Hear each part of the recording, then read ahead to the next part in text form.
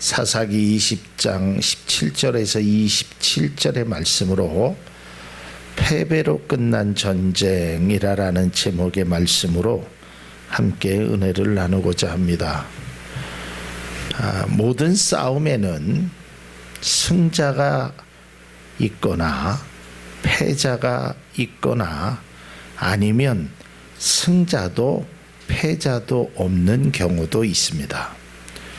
그러나 때로는 오늘 말씀처럼 승자도 패자도 아닌 모두가 다 패배로 끝난 전쟁이 바로 오늘 전쟁의 내용인 것입니다.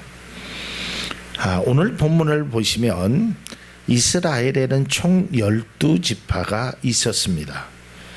그런데 11지파와 한 지파인 베냐민 지파가 전쟁을 하는 것입니다.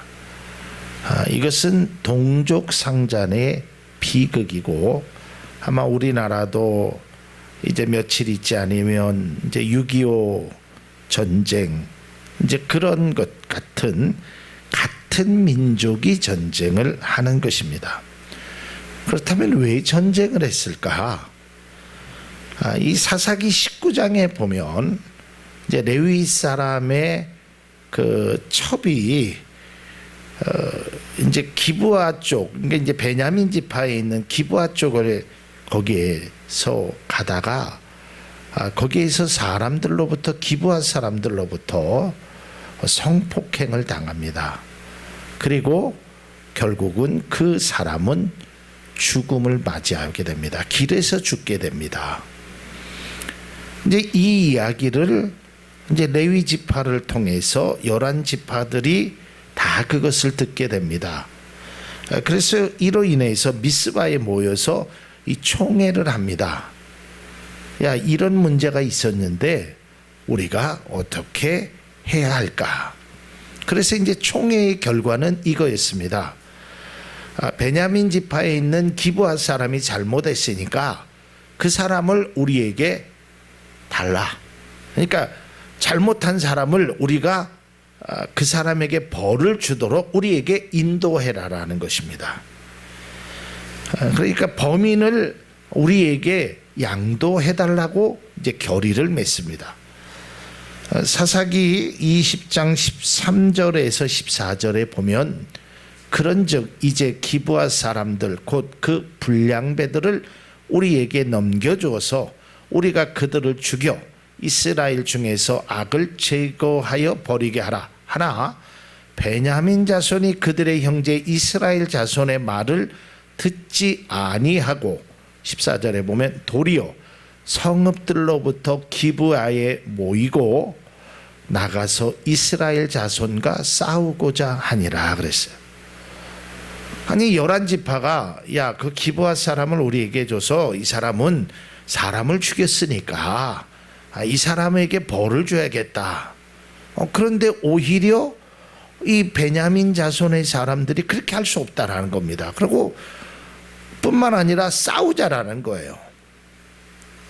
자, 결국 이스라엘 역사상 초유의 사건이 나는데 그것은 이스라엘의 11지파와 한 지파인 베냐민과의 이제 내전이 발발하게 됩니다. 근데 참 이 베냐민 사람들이 이해가 되지 않는 것이 당시에 이스라엘의 그 군사는 약 한 40만 명이 있었습니다. 굉장히 많은 군사가 있었는데 이 베냐민 사람들은 고작 한 2만 7천 명 정도 밖에 없었습니다. 그러니까 따지고 보면 약 한 15배가 넘는 그러한 군사력을 가진 그 11지파에게 싸우자라는 것입니다. 이스라엘 지파에게는 너무나 큰 충격이 아닐 수 없었습니다. 그러다 보니까 이스라엘 백성들이 이 마음이 상하고 감정이 이제 격동하게 되었습니다. 이로 인해서 그들이 이제 전쟁을 선포합니다. 그래 싸우자.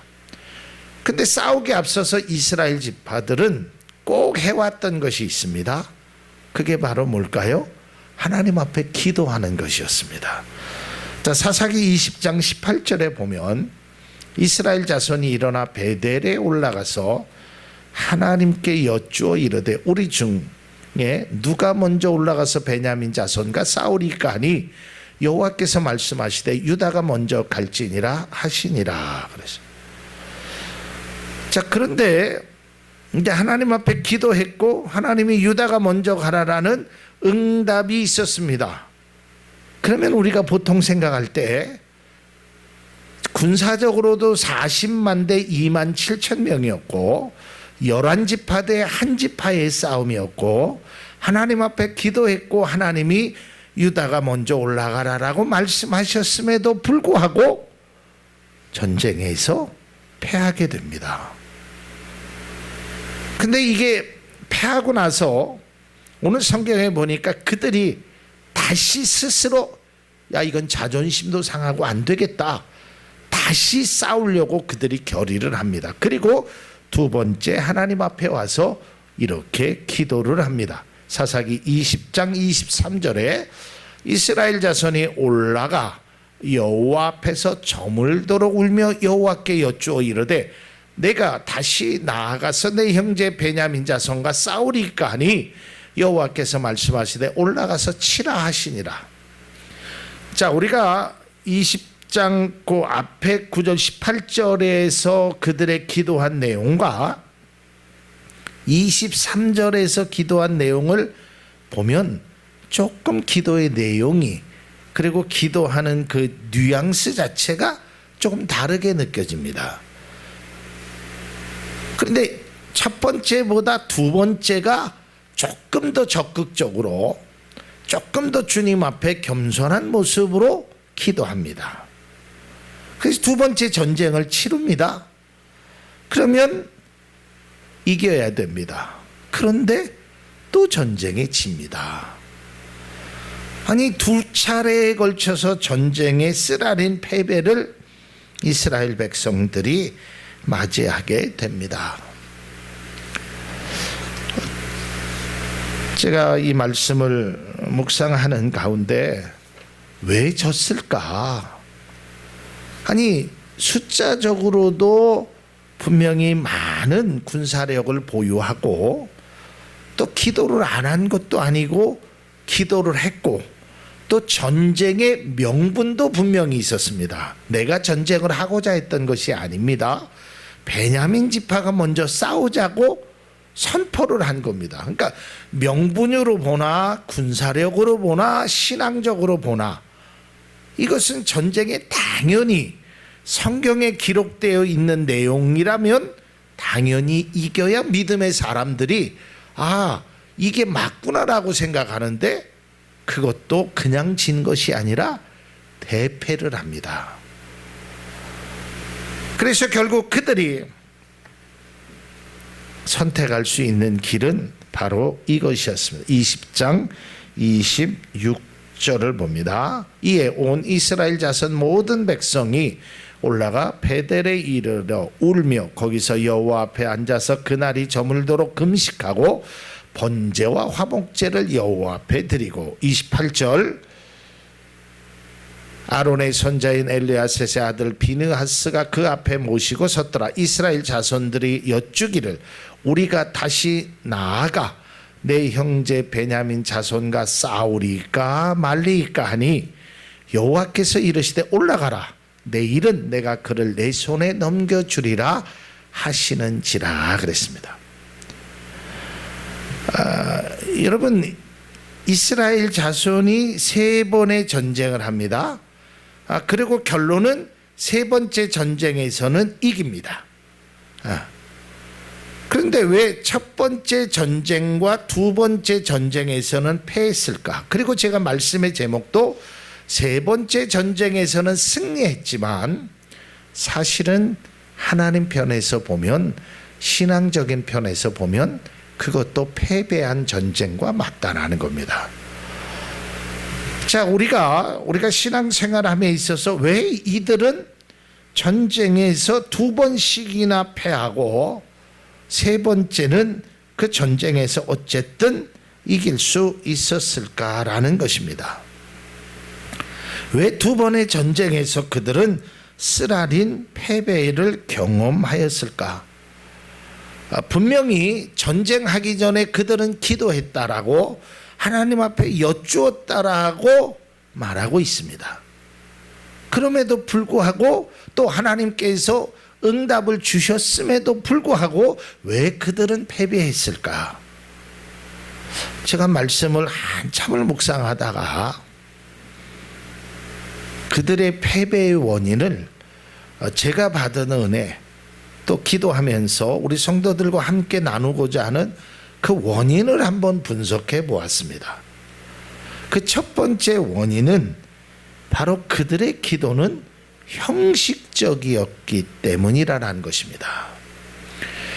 자, 오늘 본문의 말씀을 우리가 깊이 묵상해 보면요, 이 사람들이 감정이 굉장히 격해 있었습니다. 네가 감히 나한테 싸우자 그래?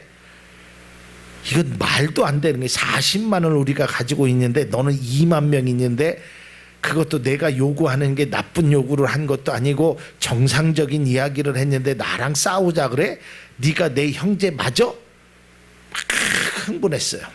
그래서 싸우려고 하니까 무슨 명분이 있어야 되냐? 그래도 우리는 조상 대대로 전쟁을 하기 앞서서는 기도했지. 그러니까 하나님 앞에 기도한 겁니다. 근데 이들의 기도가 우리가 잘 보면 뭐가 잘못되어 있냐면 전쟁은 하나님의 것이라고 분명히 선포되어 있습니다. 근데 이들은 전쟁은 이미 할 거라고 그들 마음에 굳어졌어요. 그러면서 하나님, 전쟁을 할 건데 누가 먼저 올라갈까요? 이렇게 기도하는 겁니다. 이것은 이스라엘 백성들의 기도가 잘못되었다는 것을 다시 한번 보여주는데 나중에 이제 3차의 기도에서는 조금 달라집니다. 이 기도는 뭐냐면 하나님, 내가 이걸 해야 되는데 언제 할까요? 라고 기도하는 겁니다. 이것은 하나님의 응답을 구하기보다는 하나님 앞에 그냥 기도하고 통보하는 것에 불과한 것입니다. 수적으로 우세한 이스라엘 백성들은 베냐민을 이길 수 있다는 자신감이 있었습니다. 그리고 그들에게는 자만이 있었습니다. 그렇기 때문에 당연한 승리라고 생각했고 하나님 앞에 그저 형식적으로 기도한 겁니다. 우리가 그들과 싸워야 되는데 하나님, 이것이 싸우는 것이 맞습니까? 우리가 진짜 내 동포를 위해서, 내 형제를 위해서 싸워야 됩니까? 라고 그들은 생각하지 않았단 말이에요. 그래서 여러분 잘 보면요, 굉장한 그 기도의 세 차례의 기도의 뉘앙스가 조금씩 다릅니다. 첫 번째 기도에 그들이 뭐라고 얘기하냐면, 여러분 성경을 한번 다시 보십시오. 18절에 보면 이스라엘 자손이 일어나 베델로 올라가서 하나님께 여쭈어 이르되 우리 중에 누가 먼저 올라가서 베냐민 자손과 싸우리까 이래요. 베냐민 자손과. 자, 여기에서는 그들이 감정이 격화됐다라는 것은 이런 것입니다. 아주 쉽게 얘기하면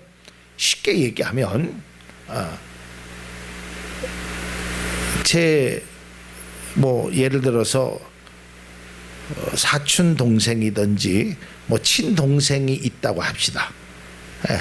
제 친동생이. 그러면 이제 내가 화가 막 나서 아버지한테, 아버지, 제 동생을 좀 혼내줘야 되겠다. 쟤하고 좀 싸워야겠다. 그럴 때 보통 아빠, 내 동생이 말을 안 들어요. 보통 이래야지. 이때는 감정이 좀 덜 격해진 거예요. 근데 감정이 격해 있으면요, 동생이 형을 향하여 뭐라 그러냐면 아빠, 나 쟤 때문에 못 살겠어 이런다고. 그렇잖아요. 누나라는, 형이라는, 오빠라는 이런 생각이 안 드는 거예요. 그러니까 첫 번째 기도의 내용을 잘 보면 우리가 베냐민 자손이라고 얘기하면서 완전히 남남처럼 생각합니다. 아주 감정이 굉장히 극해 있다라는 것을 오늘 성경 속에서 우리가 익히 볼 수 있습니다. 그러면서 형식적으로 하나님 누가 올라갈까요? 빨리 말해주세요. 그냥 올라가서 완전히 그들을 아주 혼내주겠습니다. 그러니까 하나님 말씀만 하십시오. 빨리 얘기해줘요. 뭐 말 안 해줘도 상관이 없는데 그래도 얘기해주고, 이런 마음의 자세였다고. 근데 첫 번째 패배하고 나니까요, 그들의 두 번째 기도는 조금 달라집니다. 두 번째 기도가 어떻게 기도가 되냐면, 오늘 성경 말씀에 보니까 23절에 보니까 이스라엘 자손이 올라가 여호와 앞에서 저물도록 울었다 그랬어요. 그리고 여호와께 여쭈어 이르되 내가 다시 나아가서 누구와 내 형제 베냐민 자손과 싸우리까, 이럽니다. 이제는 좀 감정이 한번 누그러집니다. 그러면서 하나님 앞에 울면서 그들이 기도했다라는 것입니다. 처음에 싸우는 것은 기정사실이었어요. 그러니까 누가 갈까요? 누가 가도 이길 테니까 아무나 얘기해 주세요. 아무거나. 내가 이걸 갖고 갈까요? 이걸 갖고 갈까요? 아니면 그냥 빈손으로 갈까요? 그냥 얘기만 해주세요. 우리가 무조건 이기는 거니까. 근데 두 번째 전쟁의 패배를 통해서 하나님 앞에 억울함을 호소합니다. 하나님, 내 형제인데 베냐민 자손과 싸우리까? 싸워야 합니다. 싸우고 싶습니다. 이기고 싶습니다. 이걸 이제 하나님 앞에 기도하는 겁니다. 근데 두 번째 전쟁에 패배하자 이들에게는 큰 충격이었을 겁니다. 그리고 세 번째 전쟁에서 그들은 이렇게 기도합니다. 28절에 제가 세 번역으로 좀 읽습니다. 아론의 손자이며 에르아셀의 아들인 비느하스가 제사장으로 있는 때였다. 우리가 또다시 올라가서 우리의 동기 형제 베냐민 자손과 싸워도 되겠습니까? 아니면 그만두어야 하겠습니까? 주님께서 말씀하셨다. 올라가거라. 내일은 틀림없이 내가 그들을 너희 손에 넘겨주겠다 그랬어요. 여러분, 세 개의 기도문을 보면 우리가 어떤 기도를 언제 어떻게 해야 되는지를 잘 보여주는 모습입니다. 적어도 우리의 기도는 18절에 있는 기도나 23절에 있는 기도가 아니라 28절에 들으는 그러한 마음과 생각으로 기도해야 된다는 겁니다. 그러니까 오늘 성경이 뭐라고, 하나님, 첫 번째는 우리가 싸우러 갑니다. 누가 갈까요? 이런 겁니다. 그리고 두 번째 기도는 우리는 싸워야 되겠습니다. 근데 내 형제입니다. 우리 이 전쟁에 꼭 이기게 해주십시오 라는 기도고, 세 번째로는 하나님, 이 전쟁을 해야 됩니까? 아니면 하지 않아야 됩니까? 이제 완전하게 자기 자신을 내려놓는 그런 기도를 그들이 행했다는 것입니다. 하나님께서는 이스라엘 백성에게 11지파의 승리를 약속하셨고 결국은 그 약속대로 승리하게 됩니다. 사랑하는 성도 여러분, 오늘 이 말씀을 통해서 자신의 생각과 감정으로 전쟁에 나갔을 때는 여지없이 패배를 하게 됩니다. 그러나 하나님을 전적으로 의지하였을 때는 승리를 얻게 되었다는 것입니다. 우리의 인생도 마찬가지입니다. 우리의 생각이나 우리의 지혜로 신앙의 길을 가려고 한다면 그것은 넘어질 수밖에 없다라는 것입니다. 내 힘으로 내가 분명히 이길 것 같아요. 이것은 우리나라 속담에 말하기를 그저 식은 죽 먹게요. 여러분, 식은 죽을 어떻게 먹습니까? 그냥 입에다 넣으면 훅 하면 쑥 들어가요. 얼마나 쉽습니까? 뭐 뜨거운 거는 불어서 먹을 수 있지만 식은 죽은 내가 아무 때나 언제나 먹을 수 있다. 근데 그때 조심해야 되는 겁니다.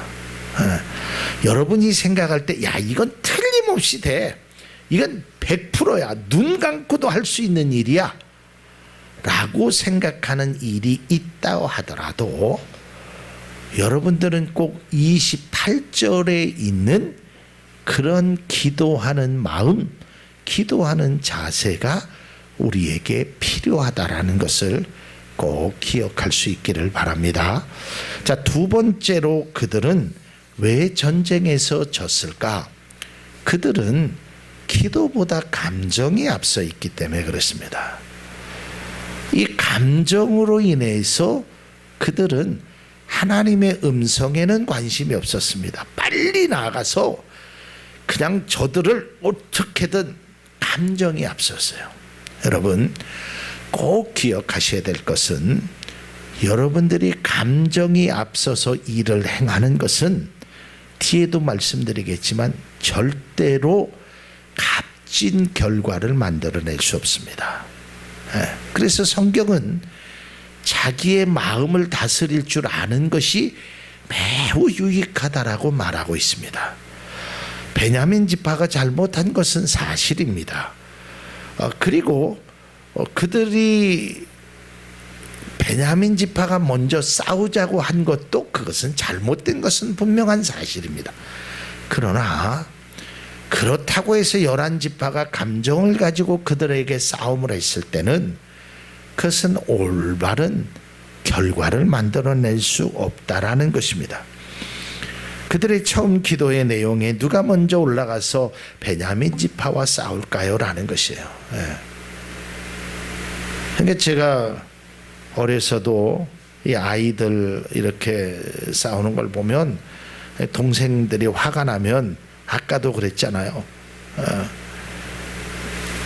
쟤 때문에 제가 나를 못 살게 굴어서, 오빠고 누나고 언니인데도 그것은 잘못되었다는 거예요. 뭐 오빠가 잘못할 수 있죠. 엄마가 잘못할 수 있죠. 그렇다고 해서 엄마를 인정하지 아니하고 오빠를, 누나를, 언니를 인정하지 않는 것은 그것은 바람직하지 못하다는 거예요. 그건 감정 때문에 싸우겠다라는 것입니다.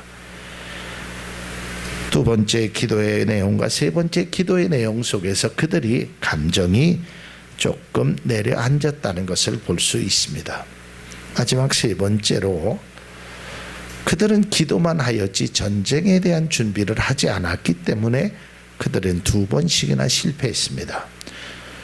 오늘 제가 시간 관계상 다 말씀드리지 못하지만 여러분 가서 20장을 읽어보시면 첫 번째 전쟁과 두 번째 전쟁은 그저 아무런 전략과 전술 없이 무조건 쳐들어갔습니다.